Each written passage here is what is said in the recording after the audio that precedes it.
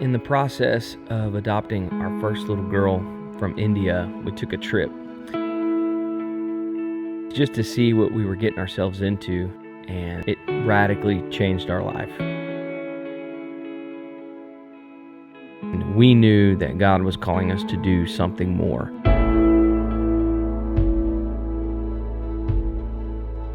In these heavily impoverished areas in India, little girls are a primary target for sex traffickers, and men and women are now participating in the trafficking of these kids. And they go into a village or a trash dump, or they go into an area that is very, very low income, and they basically coerce these people into giving up their kids.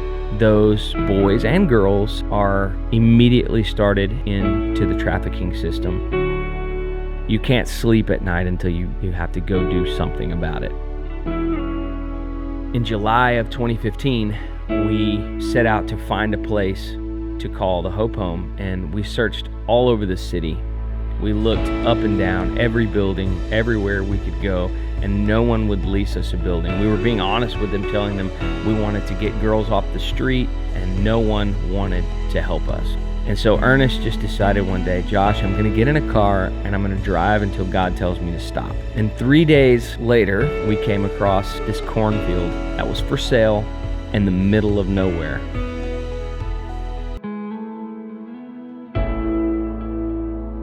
In 2015, when we decided to get this ball rolling, the first thing we had to do was come up with money. The property that we found was $30,000. It was $10,000 an acre for 3 acres. The wall that had to be built around it to keep out all the riffraff, well, that was $70,000. And the building itself was gonna be $250,000. And that partnered with all the things that we needed to do in the village just to build rapport with the people.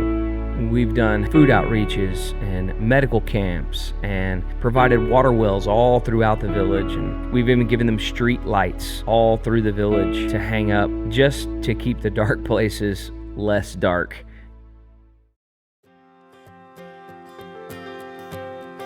The next objective after the Hope Home is complete is we're going to build a co-ed school, and the goal is to educate 500 students at a time from all the children in our village and all the surrounding villages, to give them a top-notch education, because in truth, that's the only way out of the economic circumstance that they're in, is a great education.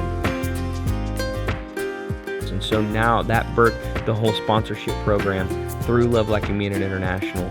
And we've got amazing kids that are part of this group, and they've really become a big part of our ministry. They are all learning scripture. They're all learning who Jesus is. They're learning English. They're going to Christian schools. And the beauty is their parents are seeing their transformation. Their parents are coming to church now. I mean, amazing things are happening through that ministry.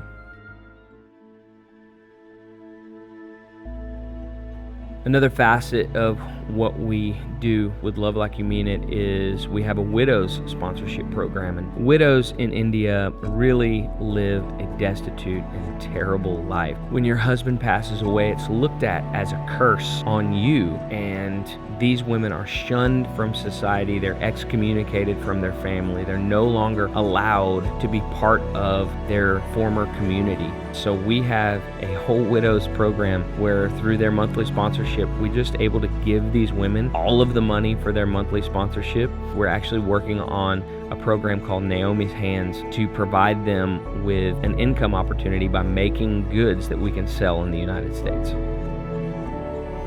At the end of the day, our main objective is to let these kids and widows know that they have value, that God knows their name, and that they have a destiny, and they have the ability to change the world.